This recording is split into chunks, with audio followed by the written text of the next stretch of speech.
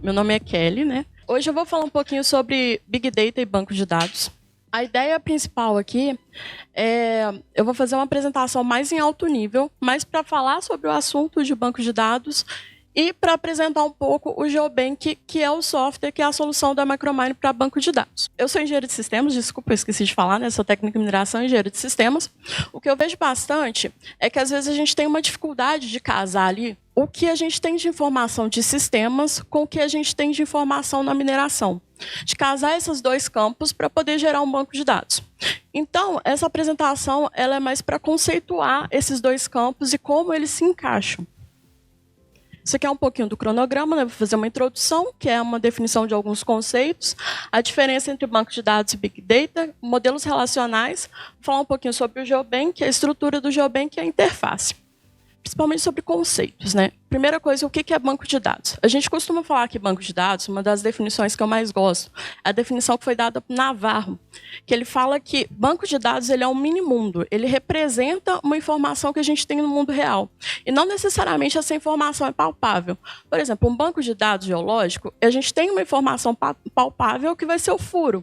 Né? Mas em outros casos, por exemplo, se a gente está trabalhando com sinal, a gente tem uma informação, a gente tem um banco de dados, mas esse dado ele não é palpável. Tá? Então, banco de dados ele sempre vai ser essa representação do mundo. Uma analogia que a gente pode fazer são armários com várias gavetas. Né? Cada uma dessas gavetas é como se fosse uma tabela. E dentro das pastas, né, são as informações que eu tenho dentro dessa gaveta. E, principalmente, o que a gente fala? Né? A gente tem dois tipos de... Dentro do banco de dados, a gente tem os dados e a informação. O dado, basicamente, é a informação bruta, que a gente tem ali uma informação quantitativa, qualitativa, não organizada. Isso que vai ser o dado. Aqui a gente, por exemplo, tem uma informação que seria os quadrados, misturado com um círculo. Toda essa informação misturada, isso aqui é um dado. A partir da hora que isso passa por um tratamento, que a gente vai ter uma informação. Essa informação é o que a gente usa para obter valor do nosso dado. Então, eu posso gerar um valor ali, posso ter insights a partir da minha informação. Agora, já começando a falar um pouquinho mais sobre o Big Data ali, o Big Data, praticamente ele é caracterizado por 5 Vs que a gente fala, que é volume, variedade, velocidade, valor e veracidade. Os principais pontos ali para caracterizar o Big Data vai ser o volume e a velocidade. Porque não basta eu ter uma quantidade ou um dado muito grande. Isso tem que chegar numa velocidade muito grande também. Por exemplo, a topografia. A topografia hoje em dia são topografias a laser, geralmente elas são muito pesadas, mas elas não são caracterizadas como um Big Data, porque elas não chegam rapidamente. Quando a gente está falando de velocidade, a gente está falando de gigabytes, de terabytes por minuto, por segundo. Isso aqui que vai caracterizar o Big Data. Dentro do setor mineral, ali, a gente pode...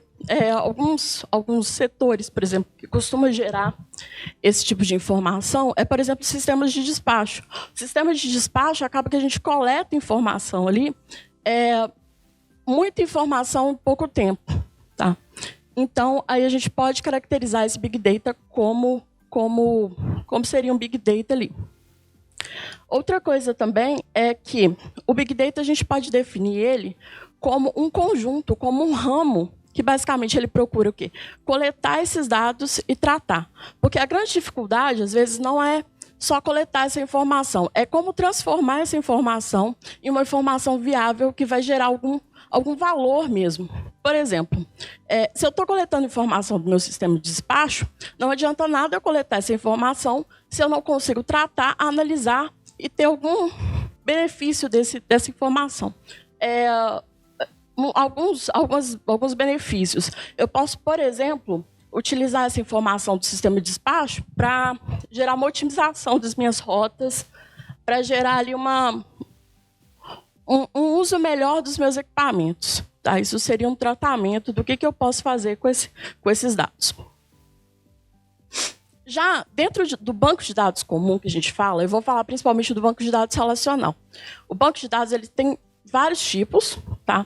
O principal, que é o mais utilizado, que surgiu aí por volta da década de 70, é o banco de dados relacional. E ele é caracterizado o quê? Pelas entidades, que comumente a gente chama de tabela, e pelas relações entre essas tabelas. Aqui a gente tem um exemplo de uma tabela, né, que seria uma tabela de um banco de dados. Então, a gente vai ter uma relação que no geral, a gente tem o furo sempre vai relacionar em todas as tabelas. Então, eu sempre vou ter uma conexão do meu furo em todas as tabelas que eu tiver no banco de dados. Isso que é a ligação para a gente poder gerar um novo dado. E qual que é a importância dessa ligação? Isso quer dizer que a gente pode reduzir a quantidade de informação ou a quantidade de dados que a gente gera. Se eu tenho uma ligação em todas as minhas tabelas, uma das coisas que eu acho geralmente gera mais confusão é que nem sempre eu preciso ter uma tabela nova para gerar uma informação nova.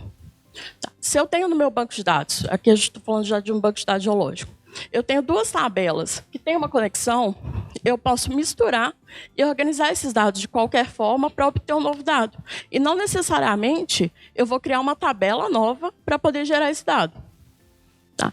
E aí, com isso, a gente acaba ali reduzindo um pouco a quantidade de informações que a gente gera.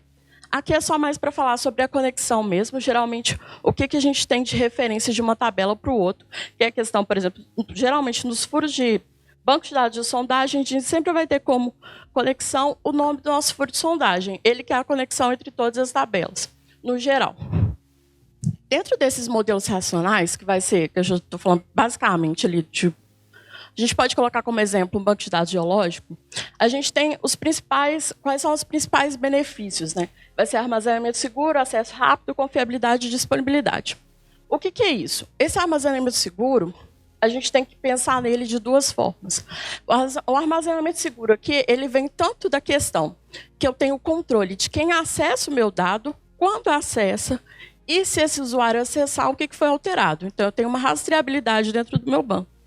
E o segundo ponto ali do meu armazenamento seguro é a gente sempre pensar que o meu banco de dados ele vai sempre ter um backup. Né? Então, os sistemas hoje de banco de dados, principalmente os baseados aí no SQL, já tem o backup ali que vai ser automático para evitar qualquer perca de dado.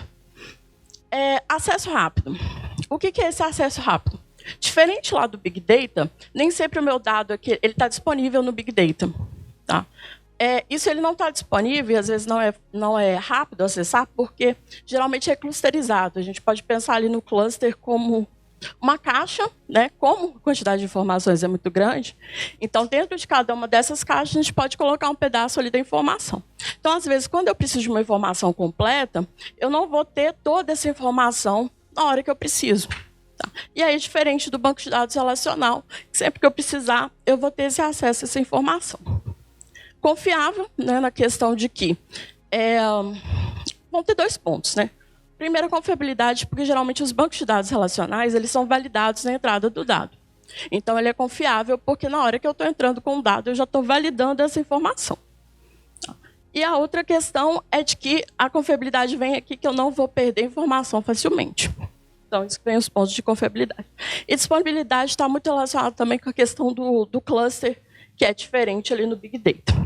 O DBMS ele é um conjunto de softwares. Por que a gente está falando de DBMS? Porque, geralmente, o banco de dados ele é a combinação de, no mínimo, dois softwares. Um, geralmente, vai ser o SQL ou qualquer outro sistema de matemático para armazenamento dos dados. E o segundo vai ser um software para visualização dessa informação. Esse segundo software, que é o DBMS, um exemplo é o GeoBank, que eu vou mostrar algumas telas do GeoBank. O DBMS, basicamente, ele vem para facilitar a vida do usuário. Por quê? Geralmente, quando você trabalha com uma linguagem matemática de banco de dados, você tem que entender um pouquinho de programação para poder tanto inserir quanto para extrair informação do banco de dados. E já nesses softwares de visualização, ele vai ter uma interface mais amigável para o usuário, de forma que o usuário ele não tenha que digitar comandos para poder extrair essa informação. Então, os DMS eles servem tanto para criar, né, inserir, armazenar, organizar e a gente poder acessar esses dados. Geralmente, eles são sistemas modulares, como é o caso do GeoBank. Isso, quando a gente fala que é modular, quer dizer que ele é dividido em módulos mesmo, e eu posso organizar esses módulos de acordo com a minha necessidade. né? Então, às vezes, a gente não tem necessidade de ter, por exemplo, um módulo de controle de despacho, mas a gente precisa de um módulo de inserção dos dados. Então, geralmente, esses sistemas são modulares. E a parte mais interessante que os usuários gostam, geralmente, é essa relação cliente-servidor, que é a relação que evita ali que o usuário tenha que programar.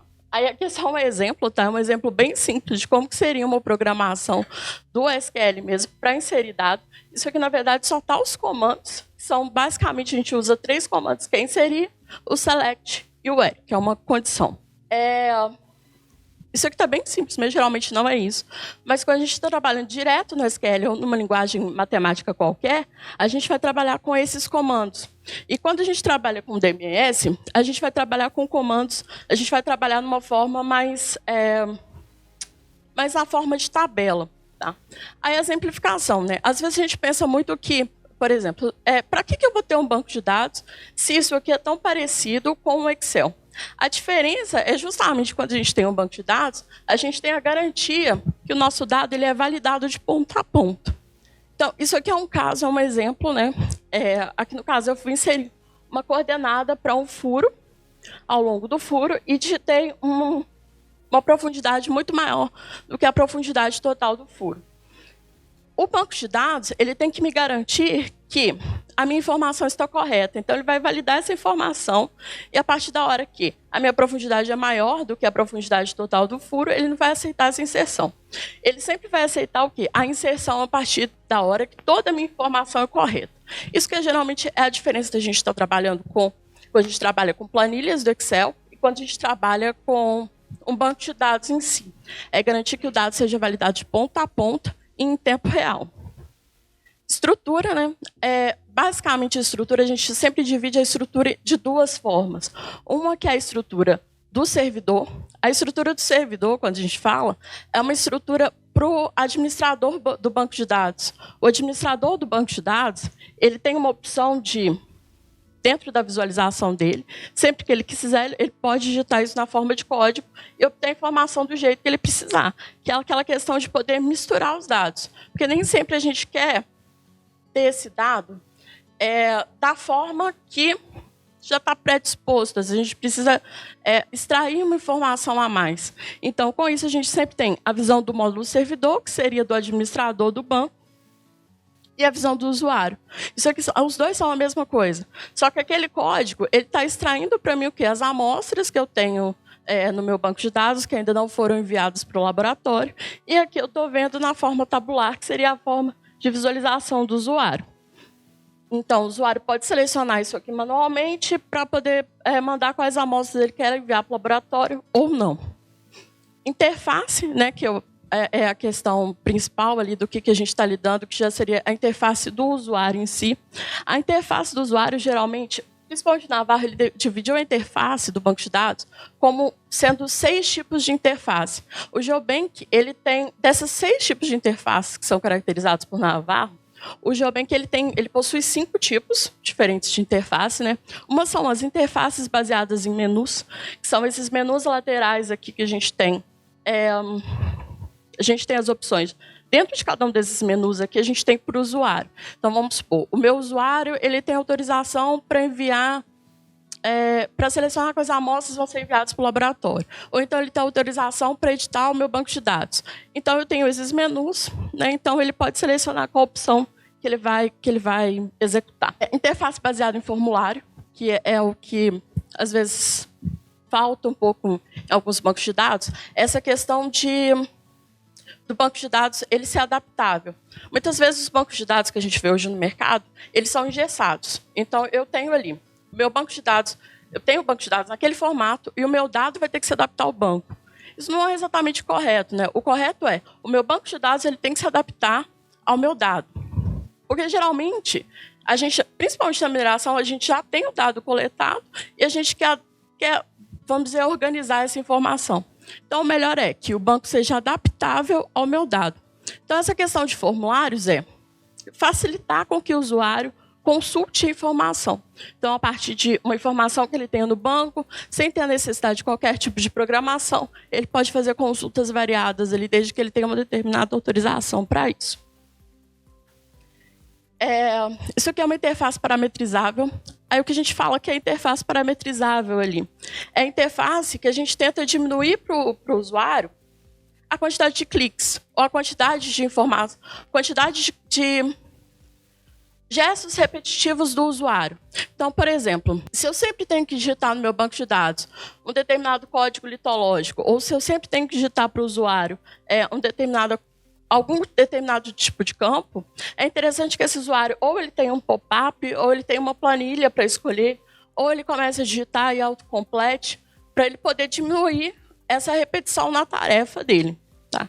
Então, esses aqui são algumas interfaces ali para ajudar na atividade do usuário. Interface gráfica, né? O GeoBank, nesse caso aqui do GeoBank, né? O GeoBank ele tem algumas interfaces que são aquelas interfaces tabulares que eu estava mostrando, e tem algumas interfaces gráficas, que são interfaces desde log de furo, a gente tem interface ali que seria, por exemplo, visualização em planta, acho que a gente tem uma imagem aqui. Visualização em planta, né? Isso aqui é para ajudar o usuário a digitar e a editar isso visualmente, sem ele precisar entrar na tabela. Alguns usuários eles têm mais facilidade em editar isso visualmente do que de uma forma tabular. Então é interessante ter esse tipo de visualização ali para o usuário. E isso aqui seria uma seção geológica, tá? A partir desse mapa, né, a gente pode gerar ali uma seção geológica selecionando os furos. E com esses furos a gente pode editar isso aqui mais de uma forma mais visual, sem ser de uma forma tabular. Isso também são outras interfaces gráficas, tá? Que são interessantes, que são para análise do dado em si, que é, por exemplo, é interessante você ter essas informações já para analisar. Já que a gente trabalha no banco de dados, a gente não pode só pensar ali em trabalhar nele de uma forma tabular. A gente também precisa ter ali os gráficos para poder interpretar, ver se tem alguma informação errada. Então, isso aqui são algumas opções e alguns exemplos de gráficos que eu incluí ali do GeoBank. Essa aqui eu acho que talvez, geralmente, quem trabalha com o GeoBank, dos administradores, isso aqui é o mais temido, que é a interface do administrador em si. Isso aqui, basicamente, como o GeoBank ele é um software completamente customizável. Justamente para ele ser completamente customizável, ele tem essa opção de fornecer ali ao administrador do banco criar o que ele quiser. Né? Então, como ele pode criar e pode manipular esse banco da forma que ele achar mais adequado, ele tem essa interface de administrador, que é para poder criar as visualizações e poder editar. Só que essa parte aqui, no caso, ela é toda programação em SQL. E era mais isso que eu queria falar mesmo. O GeoBank ele é um software completamente adaptável, que essa é uma das características principais ali de bancos de dados, que a gente poder adaptar, e essa questão que eu tinha falado de que o nosso software de banco de dados, gerenciamento de banco de dados, ele tem que se adaptar ao nosso dado e não o contrário.